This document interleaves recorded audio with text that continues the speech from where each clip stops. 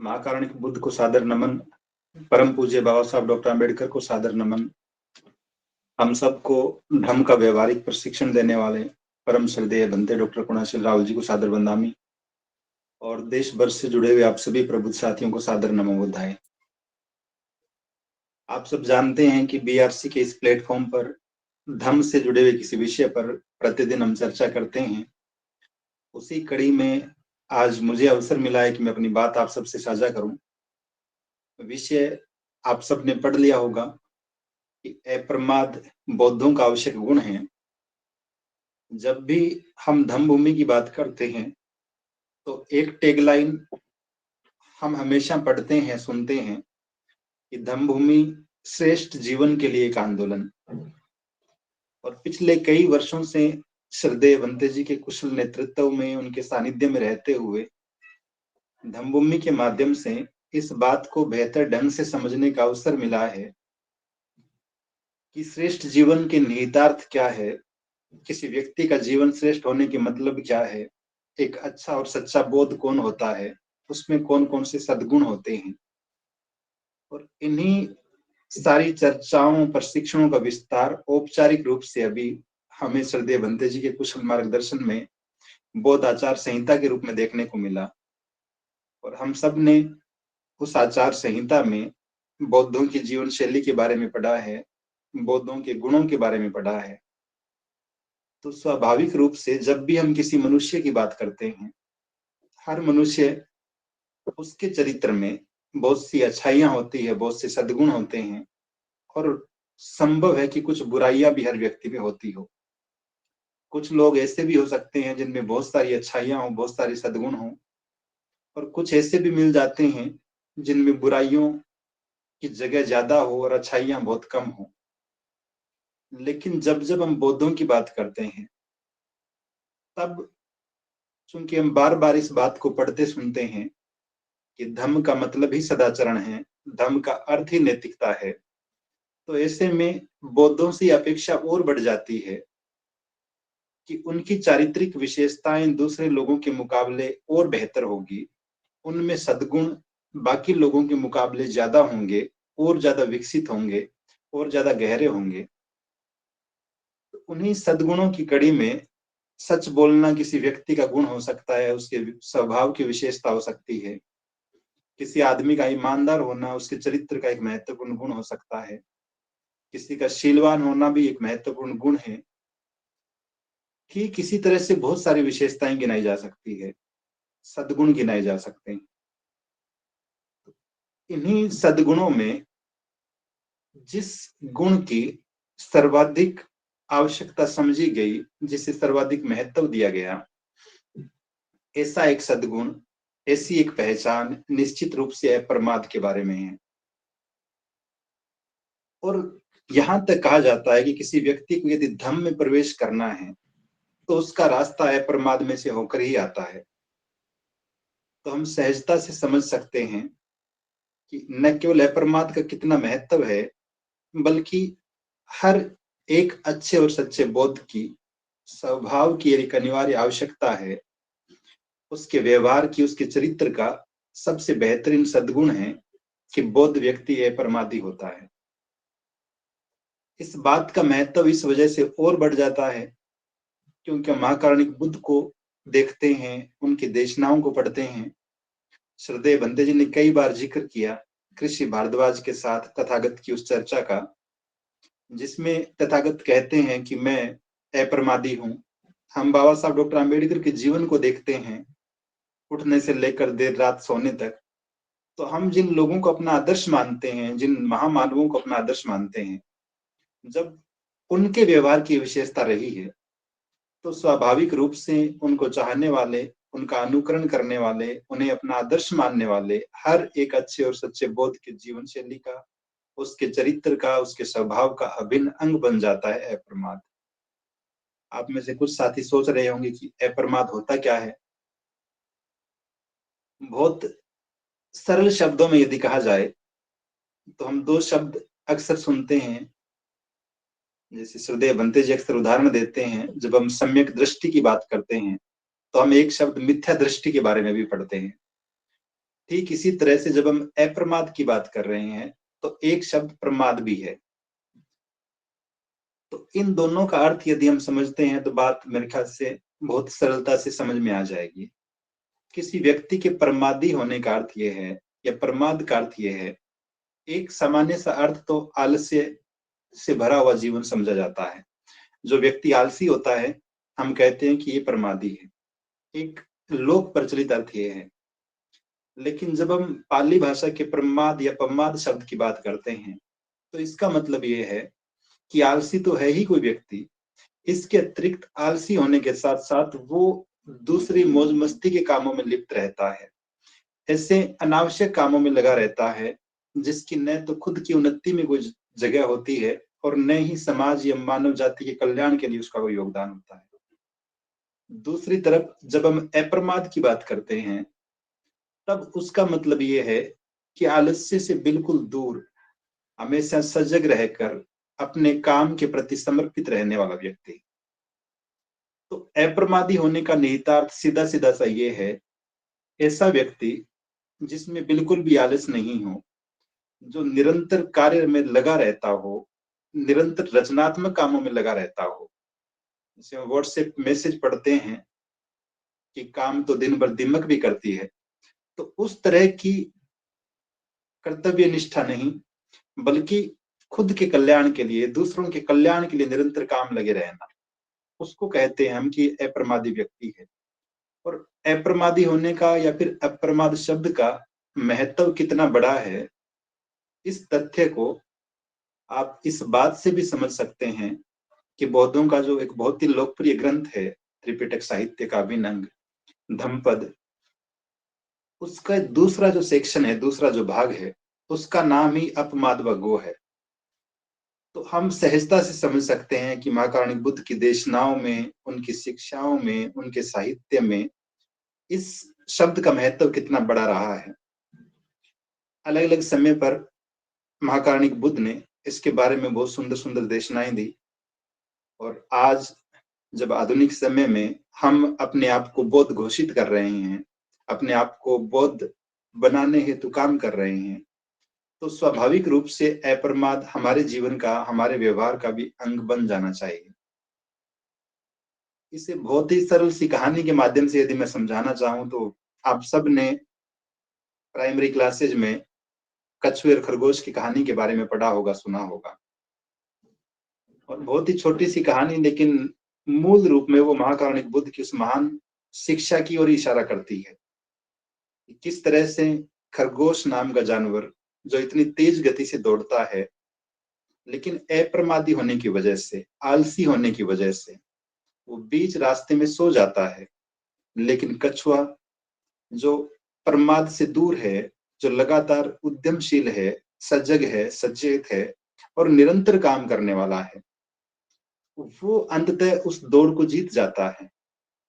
तो इन दोनों ही उदाहरणों से, कछुए और खरगोश को देखकर आप समझ सकते हैं सहजता से कि प्रमादी व्यक्ति कौन सा होता है, कैसा होता है, और अप्रमादी व्यक्ति कैसा होता है।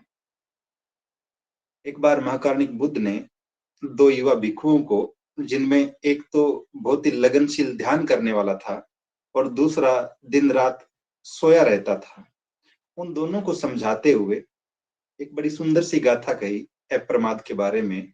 और हम बेहतर ढंग से समझ सकते हैं कि तथागत कितना ज्यादा महत्व देते थे। तथागत उन दोनों भिक्षुओं को कहते हैं कि भिक्षुओं, अप्रमादी व्यक्ति प्रमादी व्यक्ति की बजाय, और जो लोग सोए हुए रहते हैं, अज्ञानता के अंधकार में रहते हैं, उनकी बजाय जो प्रज्ञावान, बुद्धिमान और अप्रमादी व्यक्ति होता है, वो ठीक उसी तरह से आगे निकल जाता है जैसे दुर्बल घोड़ों के बीच में कोई तेज गति से दौड़ने वाला मजबूत घोड़ा आगे निकल जाता है। तो इशारा बिल्कुल स्पष्ट है कि जो अप्रमादी लोग होंगे वो भीड़ से अलग रहेंगे, उनकी एक अलग पहचान होगी, अपने हर एक काम के प्रति, अपनी हर एक जिम्मेदारी के प्रति उनके मन में बड़ा समर्पण का भाव होगा और वो दूसरे लोगों के मुकाबले उसे बेहतर ढंग से करने का प्रयास करेंगे। हम अपने चारों तरफ दिन प्रतिदिन ऐसे सैकड़ों लोगों से मिलते हैं आलसी लोगों से भी और उन लोगों से भी जो बहुत मेहनती होते हैं, बहुत सक्रिय रहते हैं, बहुत एनर्जेटिक रहते हैं, और उनको देखकर ये भाव बिल्कुल स्पष्ट होता है कि किस प्रकार के व्यक्तित्व की विशिष्ट पहचान है। अगर हम तुलना करना चाहें एक प्रमादी व्यक्ति और एक अप्रमादी व्यक्ति के रूप में, या फिर यूं कहें कि एक सामान्य व्यक्ति और एक ऐसा व्यक्ति जो थोड़ा सा गंभीर है, जिसके मन में अपने लक्ष्य के प्रति समर्पण है, तो सहजता से अंतर स्पष्ट हो जाता है। दोनों की दिनचर्या का ऑब्जर्वेशन यदि हम करें, एक व्यक्ति जो सुबह उठता है, सुबह 4 बजे का 5 बजे का अलार्म उसके मोबाइल में बजता है, फिर वो स्नूज वाला बटन दबाता है और वापिस सो जाता है। 15 मिनट बाद, आधे घंटे बाद अलार्म फिर बजता है, इस बार भी उसे बंद करके वो व्यक्ति फिर से सो जाता है। और इस तरह से 2-3 बार अलार्म बंद करने के बाद जब धूप निकल आती है, पड़ोस में चहल पहल शुरू हो जाती है, तब पता लगता है कि सुबह के 8 बज चुके हैं, अब तो उठ जाना चाहिए। तो ये वाला जो जीवन है, निश्चित रूप से ये बड़ा खराब है। ये प्रमाद की ओर इशारा करता है, उस दुर्गुण की ओर इशारा करता है। लेकिन दूसरी तरफ ऐसा व्यक्ति है जो इतना सचेत है, बल्कि उसने अपनी दिनचर्या का हिस्सा बना लिया है इस बात को, कि उसने सुबह 4 बजे का अलार्म लगाया है। कुछ दिनों तक 4 बजे अलार्म बजता है, वो 4 बजे उठता है, और कुछ दिनों बाद निरंतर अभ्यास के बाद वो व्यक्ति इसी दिनचर्या में ढल जाता है कि 4 बजे अलार्म बजने से पहले ही, कुछ देर पहले ही उसकी आंखें खुल जाती है। और जब वो देखता है तो पता लगता है कि अच्छा 4 बजने में 5 मिनट रहे हैं, अब तो अलार्म बजने ही वाला था, उठने का टाइम हो ही गया था, मैं ठीक समय पर उठ गया हूँ। और उठने के बाद ये अपनी दिनचर्या को व्यवस्थित ढंग से शुरू कर लेता है। तो निश्चित रूप से ये वाला व्यक्ति पहले व्यक्ति के मुकाबले में ज्यादा उत्पादक काम कर पाएगा, ज्यादा विस्तार से, ज्यादा व्यापक, ज्यादा व्यवस्थित ढंग से काम कर पाएगा। तो यहाँ भी ये बात स्पष्ट होती है कि निश्चित रूप से जब जब कोई व्यक्ति प्रमाद का शिकार होता है, इस बात को एक और गाथा से आप समझ सकते हैं। धम्मपद में ही जिक्र आता है कि एक बार तथागत सावथी में ठहरे हुए थे, और संयोग से ऐसा हुआ कि सावथी में चूंकि सारे के सारे भिक्षु, पूरा का पूरा भिक्षु संघ भिक्षाटन के लिए निकलता था गांव या शहर में, तो तथागत को भी निकलना था। लेकिन जिस दिन तथागत का आगमन हुआ, उसी दिन संयोग से उस गांव में एक उत्सव शुरू हुआ, और वो उत्सव सही मायने में वहां के बिगड़े हुए लड़कों का उत्सव था। वो 5-7 दिन तक लगातार एक दूसरे पर राख उछालते थे, गोबर उछालते थे, कीचड़ उछालते थे, और जो भी सड़क से गुजरता था, उस राह से गुजरता था, उन लोगों से पैसे मांगते थे। तो जो लोग उन्हें पैसे भेंट कर देते, उन्हें तो बहुत सहजता से निकल जाने देते, अन्यथा दूसरे लोगों पर कीचड़ उछालते, कोई गोबर फेंक देता और कोई राख फेंकने लगता था। तो सारे गांव के लोग बड़े दुखी रहते थे। तो उन ग्रामीणों ने तथागत को भी संदेश भिजवाया कि तथागत, अगले 7 दिनों तक आप विहार में ही रुके रहे, हम भोजन की व्यवस्था वहीं कर देंगे, आपको यहाँ इस शहर की गलियों में आने की आवश्यकता नहीं है, क्योंकि इस तरह का एक बहुत ही खराब सा उत्सव यहाँ पे होता है 1 सप्ताह तक, और ये नवयुवक किसी की नहीं सुनते हैं। तो जैसे तैसे 7 दिन बीत गए। 7 दिनों के बाद जब सारे के सारे भिक्षु चारिका के लिए निकले, तथागत का भी सावथी में वापिस आगमन हुआ, तब ग्रामीणों ने शिकायत करते हुए कहा कि तथागत, ये नौजवान किसी की नहीं सुनते हैं, और हमारे कान पक जाते हैं इनकी भद्दी भद्दी बातें सुनते हुए। हम समझ नहीं पाते हैं कि इनका क्या उपाय किया जाए। और उस वक्त महाकारुणिक बुद्ध बड़ी सुंदर सी बात कहते हैं। प्रमादी और अप्रमादी होने के अंतर को इस सूत्र से भी बेहतर ढंग से समझा जा सकता है। तथागत कहते हैं कि भिक्षुओं के साथ साथ वहां के ग्रस्त लोगों को भी संबोधित करते हुए कहते हैं कि कोई बुद्धिमान व्यक्ति निश्चित रूप से वो निरंतर उद्यमशील रहता है, प्रयासरत रहता है, अपने काम में लगा रहता है। लेकिन जो मूर्ख लोग होते हैं, अज्ञानी या अनाड़ी लोग होते हैं, वो निरंतर मौज मस्ती में लगे रहते हैं, प्रमाद में पड़े रहते हैं। लेकिन बुद्धिमान लोग, प्रज्ञावान लोग, शीलवान लोग महाकारुणिक बुद्ध अप्रमाद की तुलना दुनिया के श्रेष्ठ धन से करते हुए कहते हैं कि प्रज्ञावान लोग, शीलवान लोग अपने इस श्रेष्ठ धन की रक्षा करते हैं, अपने अप्रमाद के गुण की रक्षा करते हैं, उसे कभी भंग नहीं होने देते, कभी उससे दूर नहीं होते, कभी भी प्रमादी नहीं होते। तो यहाँ ये उदाहरण भी, ये गाथा भी इस बात की ओर इशारा करती है कि जब कभी भी ऐसे अवसर उत्पन्न होते हैं, हम कितने ही लोगों को देखते हैं जो मौज मस्ती के नाम पर, पिकनिक मनाने के नाम पर, साल भर तो नहीं लेकिन साल के कुछ दिन, हर दिन तो नहीं लेकिन किसी विशेष अवसर पर पार्टी करने के नाम पर या अलग प्रकार की दावत करने के बाद घूमने के नाम पर किसी न किसी प्रकार के प्रमादी गतिविधि में पाए जाते हैं। वो चाहे किसी दिन शराब की पार्टी करने की बात हो, बहुत डीजे ऊंची आवाज में बजाते हुए हुड़दंग मचाने की बात हो, और दूसरी व्यवस्था के त्योहारों को देखते हुए बात और बेहतर ढंग से समझ में आती है कि वो सारी की सारी गतिविधियां निश्चित रूप से प्रमाद की श्रेणी में ही रखी जा सकती है।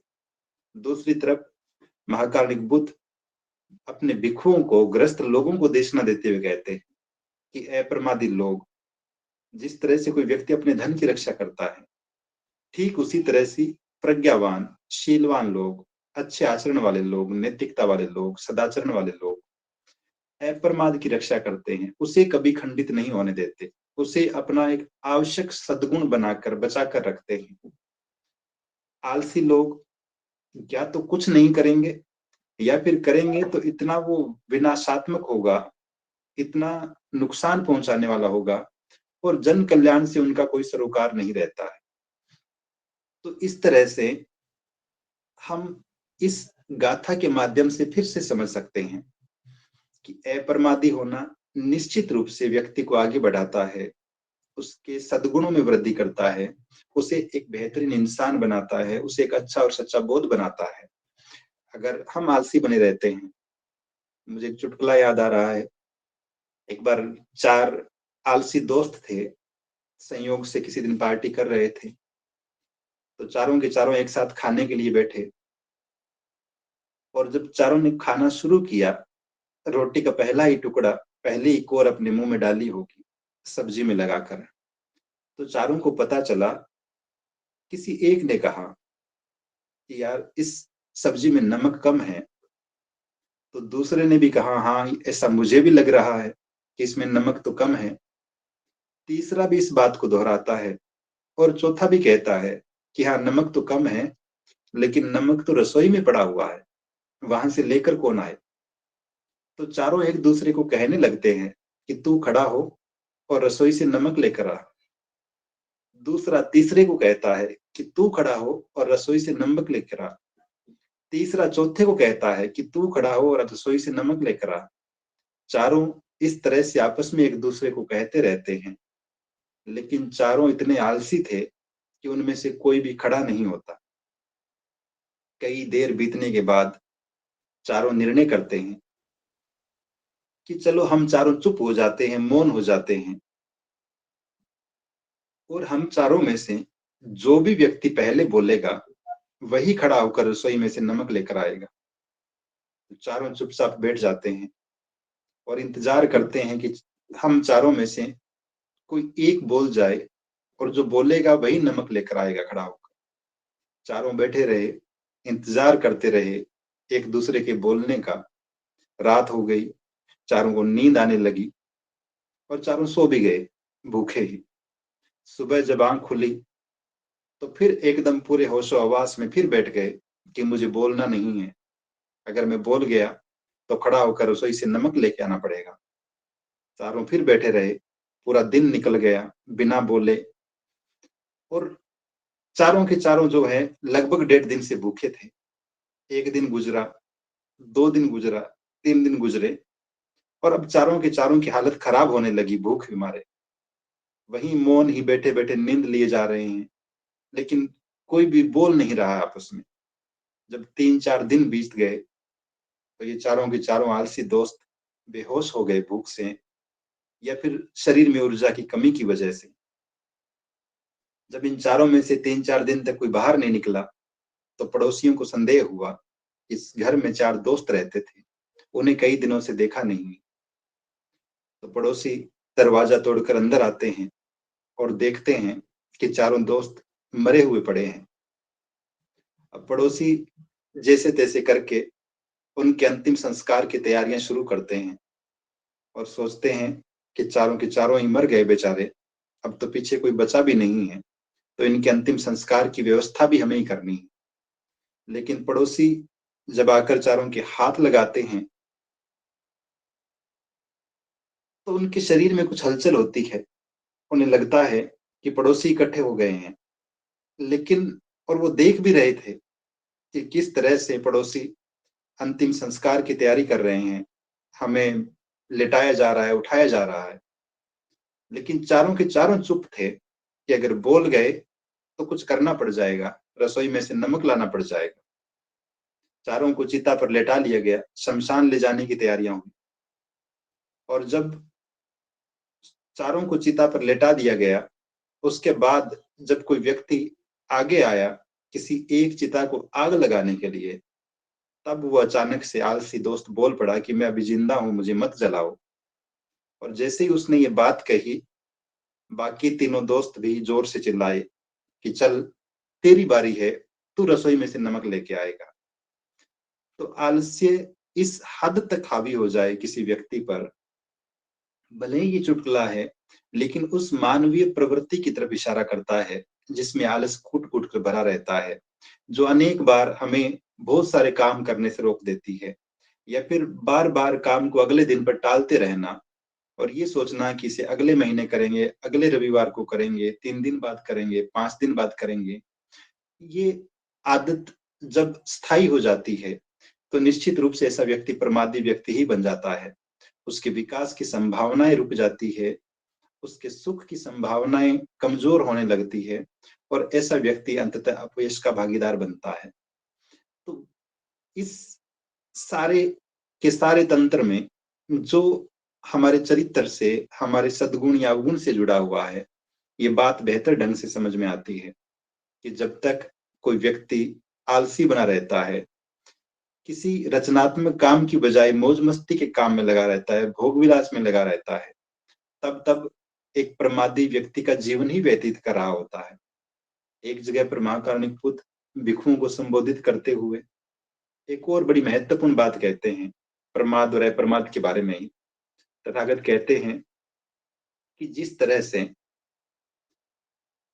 किसी योद्धा व्यक्ति का जीवन या फिर कोई बहुत ही बहादुर निडर योद्धा अपने दुर्ग के सबसे ऊपरी सिरे तक पहुंच जाता है, अपनी बहादुरी से, अपने पराक्रम से। ठीक इसी तरह से जो प्रज्ञावान लोग होते हैं, जो शीलवान लोग होते हैं, जो अप्रमादी होते हैं, वो भी प्रज्ञा के पहाड़ पर खड़े हो जाते हैं। और जब आप बहुत ऊंचे खड़े होकर नीचे देखते हो, तो आपको समझ में आता है कि जमीन पर पड़ी हुई चीजें, जमीन पर चलने वाले लोग, वो सामान्य प्रजा की तरह, सामान्य वस्तुओं की तरह व्यवहार कर रहे हैं, लेकिन आप उनके दुर्गुणों को बेहतर ढंग से समझ पाते हैं। तो महाकारुणिक बुद्ध अप्रमादी व्यक्ति की तुलना करते हैं कि वो उस योद्धा की भांति है जो किसी दुर्ग के ऊपरी हिस्से पर खड़ा हुआ है, किसी पहाड़ पर खड़ा हुआ है और वो सब लोगों को देख सकता है, उनके अवगुणों को देख सकता है, उनके जीवन को ऑब्जर्व कर सकता है और बेहतर ढंग से आकलन कर सकता है कि कौन सी चीजें ठीक है और कौन सी चीजें ठीक नहीं है।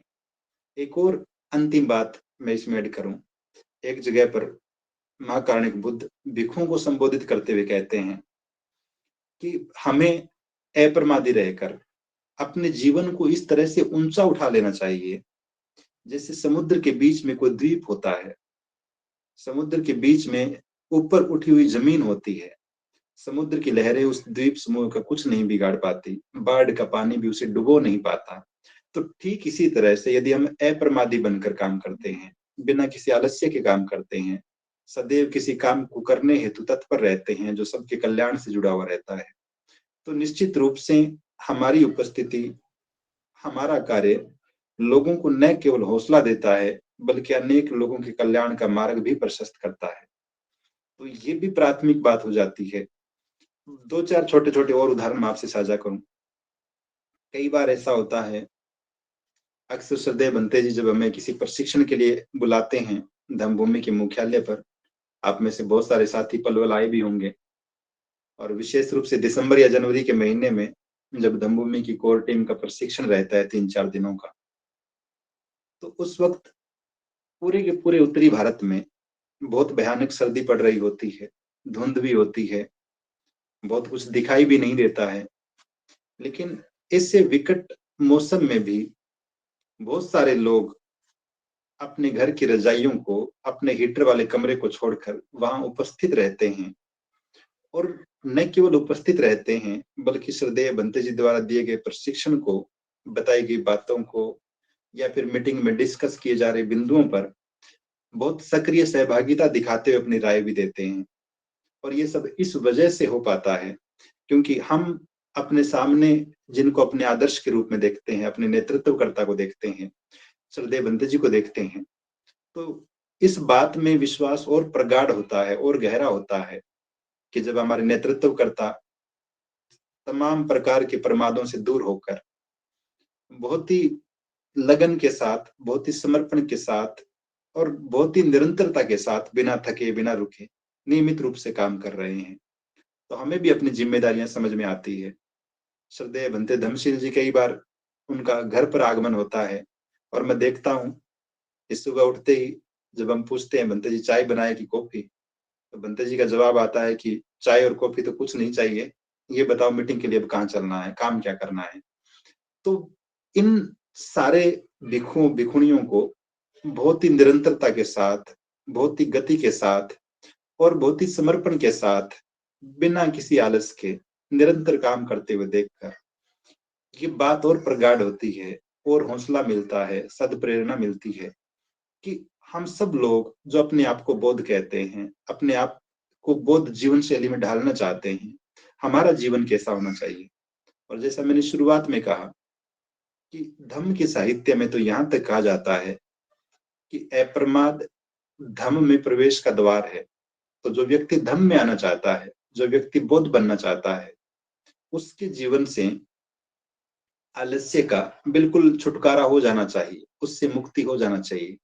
और दूसरी जितनी भी चीज़ें हैं अनावश्यक, जिसमें हम समय खराब करते हैं, चाहे किसी बियर बार में जाकर बैठे, चाहे कहीं बेवजह का डांस हम कर रहे थे या फिर कहीं ऊँची आवाज़ में स्पीकर बजा रहे थे, गीत गा रहे थे, डांस कर रहे थे या फिर किसी और भौतिकतावादी काम में जिसका जन कल्याण से कोई सरोकार नहीं था।